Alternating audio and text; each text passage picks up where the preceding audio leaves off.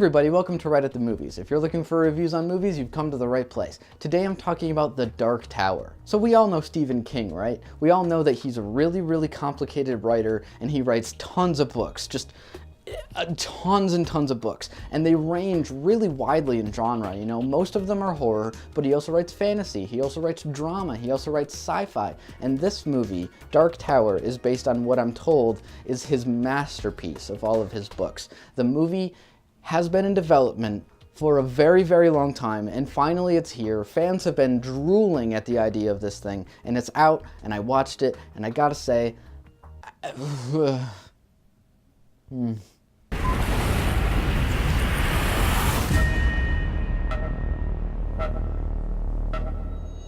King's work has been adapted into tons of movies. Some great, some terrible, and tons of just eh.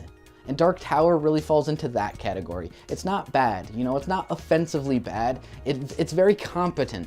You know, it tricks you into thinking it's a better movie than it is. But once you pick it apart, once you look at its elements and what it's trying to tell you, it just completely falls apart. I don't know anything about the book, so I went in looking for a fun movie, and what they told me is that we're following this kid, and he has a lot of dreams of this other world, of this dark tower, and the war around it, and his parents and his friends and everyone at school thinks he's kind of going crazy, and then one day he falls into a portal into that world, and he gets wrapped up in this whole big war and this whole big conflict, and then we have a movie. And what follows is post-apocalyptic shots, really scary chase sequences, a couple cool action scenes, and tons and tons and tons and tons of exposition. What do you see? I see a tower, the man in black, and the gunslinger. They're just dreams. They're not real, Jake. It's messy, it's awkward, it's boring, it's confusing, and I think that it was actually a much longer movie, maybe 2 hours, maybe 2.5, 2:45, but it was trimmed down to get rid of all of the bad stuff, all of the scary stuff, all the unique, fun, and different stuff. They got rid of it. They got rid of it. I think the studio got scared after a couple test screenings and thought, if they can't make this thing good, if they can't turn this thing around, at least they'll make it short. At least they'll get some of their money back. So let's trim it down as much as they can. And they came out with an 1.5-hour movie that's based on 7 books. This feels almost like a scheme. You're a gunslinger, right? There are no gunslingers. Not anymore. And that's just a real shame, you know, it's a wicked bummer. We've got a really cool cast here, and we don't get enough time to get to know them. Idris Elba as the gunslinger and Matthew McConaughey as the man in black. That's both really cool casting, and yet when you're watching the movie, you don't care. Why does the man in black want to destroy the tower? The tower protects both our worlds.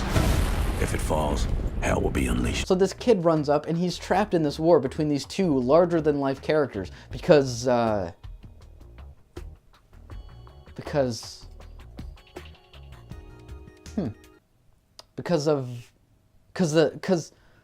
Dark Tower is it's in the center of the universe, and if it's destroyed, then another universe, something outside the universe, comes through. If you let that tower fall, billions of people die. You know, there's some pretty cool action sequences and some okay performances and some pretty fun world building going on, but at its core, it's still just a bad movie with bad directing, writing, pacing, and editing. And I don't care. All in all, this is a very flawed adventure movie, and I think for the first time in a long time, the book was better. I believe you.